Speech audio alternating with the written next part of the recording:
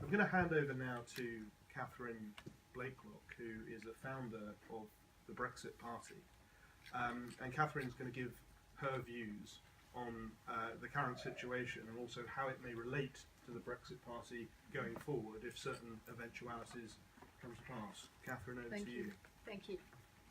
Yeah, hello, I'm Catherine Blaiklock. I'm actually, Nigel Farage now is the leader of the Brexit Party, and one of the ironies of this whole thing is that none of us should need to be here to exist. UKIP shouldn't need to exist, the Brexit Party shouldn't need to exist. These fringe parties just should not need to be there. The reason we are there is not just, I believe, democracy in the Conservative Party, but democracy as a whole. Many constituencies you have no choice. I mean, it's particularly bad, for example, for people in Walthamstow, where they have the deputy speaker. They have no representation at all. But in many constituencies, and I stood in Great Yarmouth against Brandon Lewis, it was one of the highest leave places in the country. It was 72% leave. You had a choice between a very virulent socialist Remainer, you had a Green, you had a Liberal Democrat, and you had Brandon Lewis. And in one hustings we were at, it was actually said, why don't all of you groups, meaning the Liberal Democrat, the Green Party and Labour, get together, because all your views are identical. So there were 6 or 7 candidates, and I was the only candidate standing for Brexit. And it's no different anymore.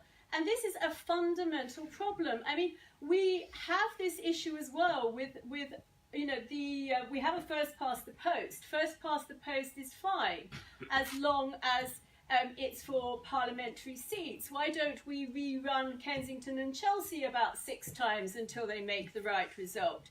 We have this problem that 75% of constituencies in the Conservative Party were out on a first past the post system, and 62% of Labour places were out, and yet we have this 75% Remain Parliament. We know that we have this Remain civil service, and this is going through all sorts of areas that you don't always see.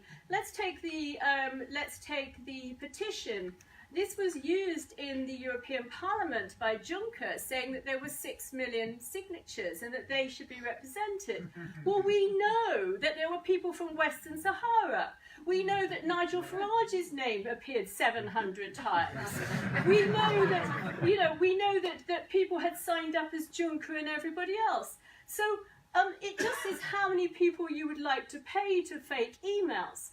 We know that. But also, very interestingly, somebody I know put in a petition which said that treason was being committed. First of all, it took 2 weeks to get any response, which was beyond the period that they should have responded. And then they said that this was a joke. And so you had a civil servant writing that this petition was a joke, and it was thrown out. There are so many things behind the scenes. And who would have suggested a few years ago, when we had Brexit, that we would have exposed this problem with democracy, with political freedom, with political thought? I mean, Raheem mentioned Peter Walker. Peter Walker, well, let's put it this way. A file has been kept on me since I was a private individual. And I wonder how many files there are on you. Maybe just your membership of the Bow Group is enough that there's a file on you. Because there was certainly a file on me, and nobody'd ever heard of me.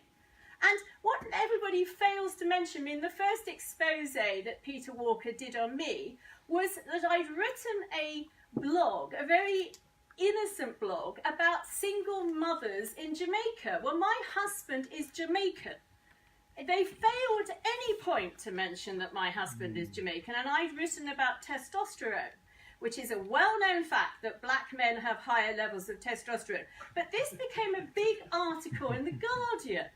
Now, you can just go to PubMed and find out about free testosterone in black men. It's not a secret, but presumably in the environment that we live in right now, that is a political thought crime. And how many people are committing thought crimes every day? We have something in the region of 8 to 10 people that the police are arresting. If you tweet somebody, and I happen to tweet somebody who I didn't know who they were, you, by association of having tweeted somebody else who might have said something else, are now associated, and you are tarred with that.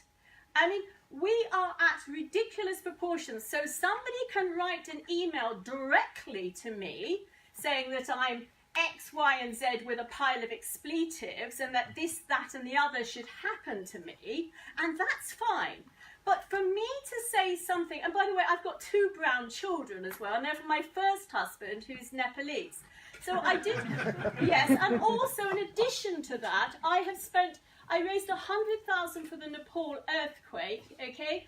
And when a Guardian journalist went on to Nick Ferrari, nobody mentioned any of those inconvenient little facts. Okay, but I'll just give you an example which I've thought about. So if I said Sherpas, and by the way, Sherpas are an ethnic group, they're not a job, but they tend to be mountain climbers, and they hold all the records for mountain climbing. So if you want the fastest up, etc., it'll be a Sherpa. So if I said Sherpas are the best mountain climbers in the world, that is fine, I'm sure.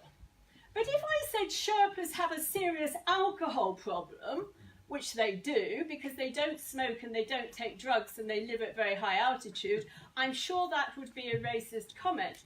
Now, those observations are observations that are correct.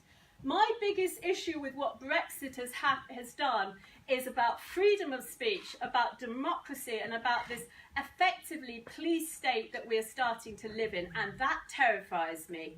And I think I'll end on that point, but I think, this is what it's exposed. It's exposed something much greater than we ever knew existed. Thank you.